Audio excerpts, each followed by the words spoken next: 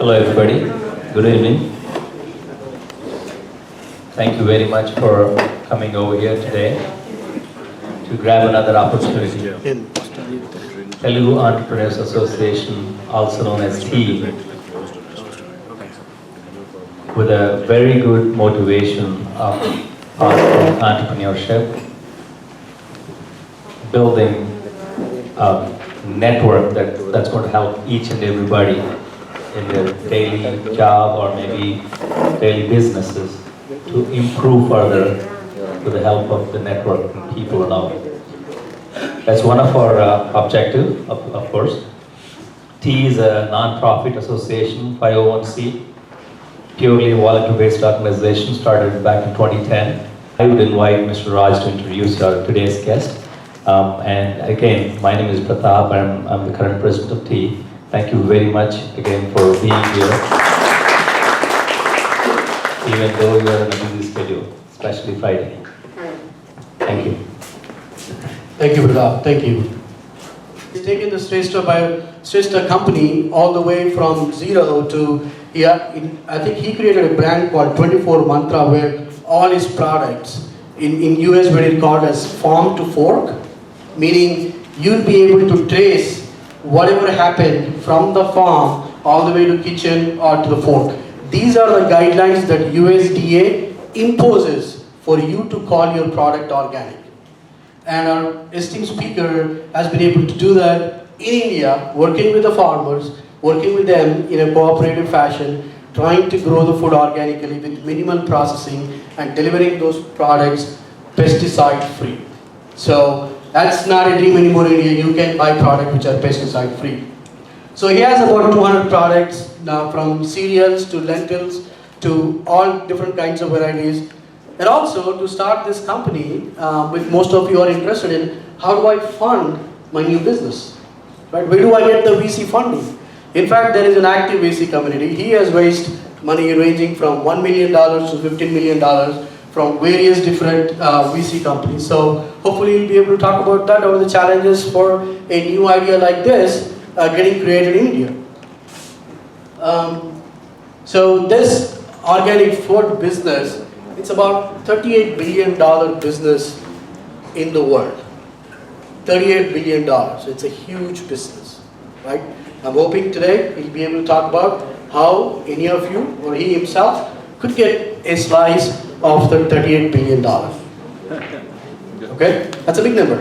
A lot of zeros, right?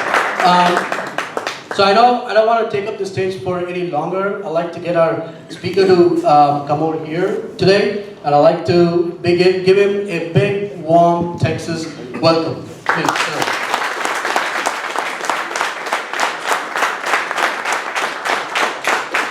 And along with our guests, I'd like to invite a few more people to the stage here. First, I'd like to invite Guram Srinivas Reddy to the stage, and also,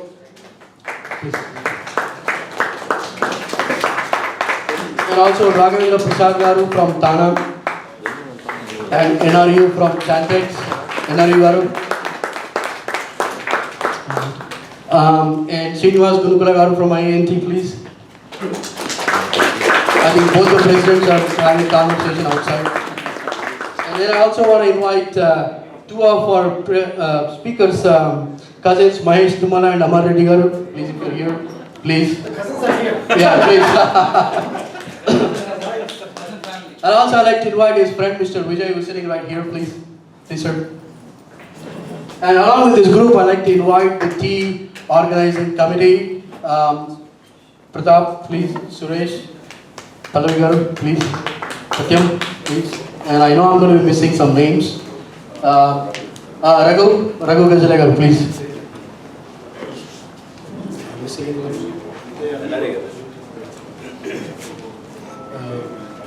Hello, amigo, can you get this thing up? The screen.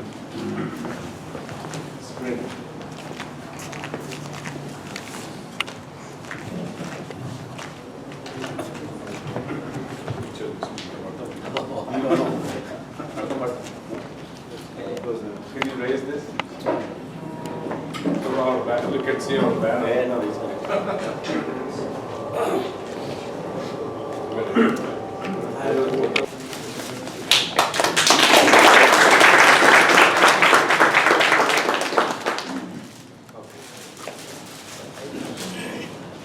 correction, I think you probably will do it. He's not a chemical engineer, I think he's agricultural BSc. Then we got to blame that on Google then. Blame it on Google.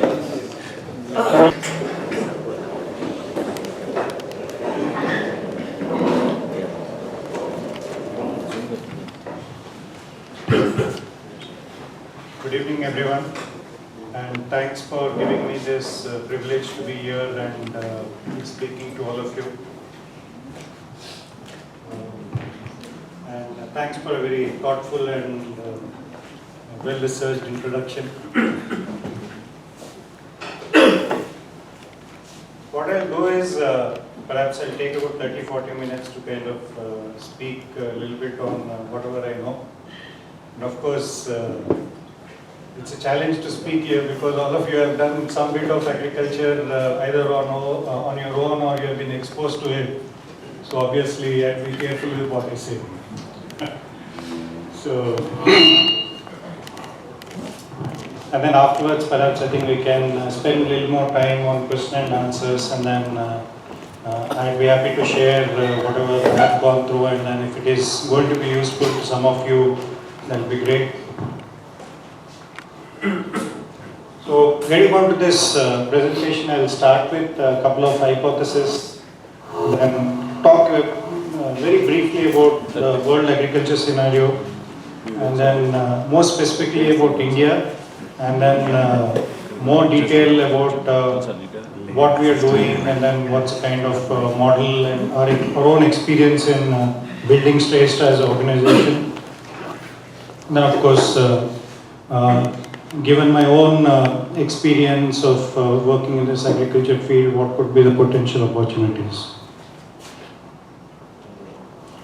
I think a lot of people, I get almost calls every week from friends or from family saying that either we have land and then we want to do, or we'd like to buy land. And then I also get a lot of calls from people, particularly people from IT sector coming back from US to India, saying that we want to give up our job or got bored of IT and then would like to get into agriculture.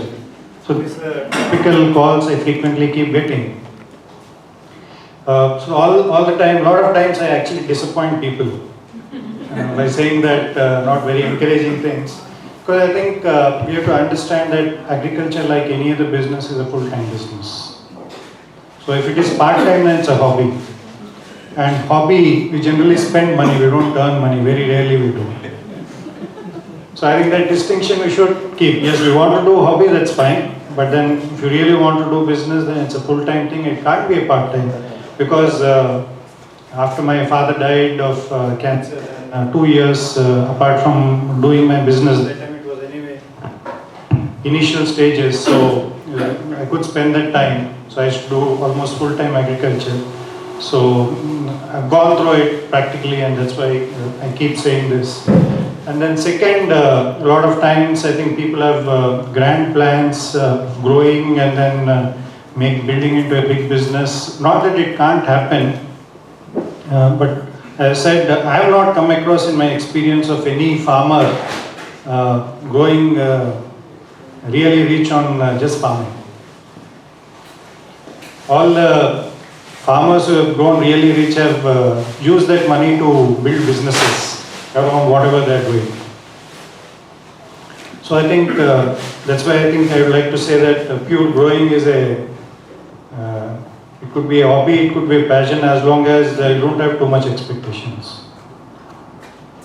I hope, I thought, let me state this upfront, because that's what I keep getting questions every time. Coming to, I'm not going to bore you with statistics and other things.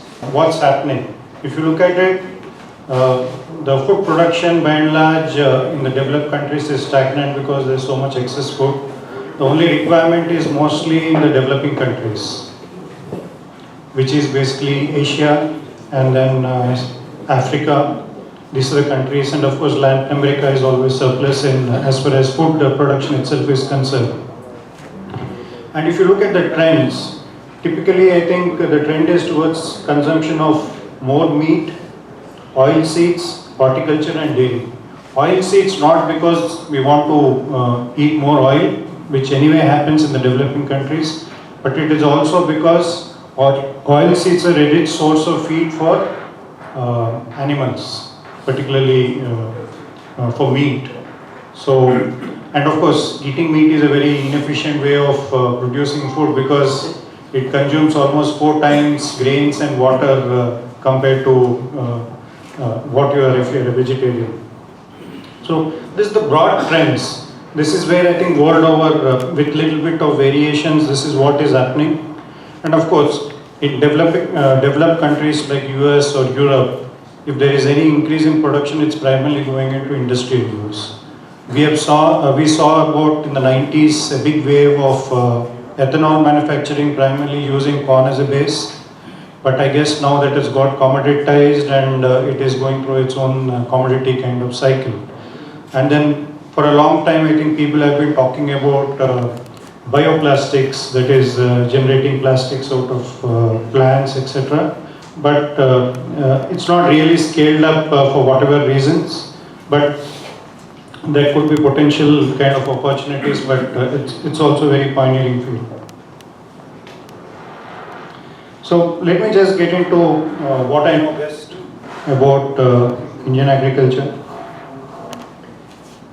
Agriculture today in India contributes to about 15% of our GDP, but about 52% of people are employed in agriculture.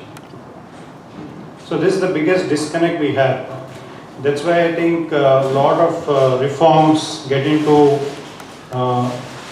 more like emotional issues, and then a lot of it kind of gets stymied even before it gets started. So there's almost about 500 million people who are employed in agriculture, and with only 15% of the GDP contributing to that. So obviously, you're distributing in a way poverty among all these people. And land is also a very emotional issue because out of this 52%, about 20-25% will be landless laborers. Balance will have some land or the other. And in a country like India, I would say the organized sector employment is in single digits. It's about 8%, 7% kind of thing. So it means balanced people are only employed informally. And in that kind of context, if you own even a half acre of land, there's the only guarantee in life that what you have, that's it. So you never know, in an informal kind of thing, that means you're working in a shop, you're working in a small workshop, or it could be a hotel, whatever, and you never know when you will be sacked. And the only fallback you have is that half acre land, quarter acre land after getting divided across many generations. So that's why it becomes a very emotional issue, and the government also had to roll back the little bit liberalization of the Land Acquisition Act. So that's the context. And we have about 140 million hectares of land. This is much more than China. China will have just about 100 million hectares of arable land, cultivable land, whereas we have much more than China. But then we have kind of reached the limit. I don't think we can increase any further. In fact, if the country has to industrialize, we may have to give up some bit of this land. Otherwise, even industrialization becomes very difficult. A lot of projects have been grounded over the last 60 years since independence. But in spite of that, only about 35% of area is irrigated. And there's not too much possibility of increasing this irrigated area.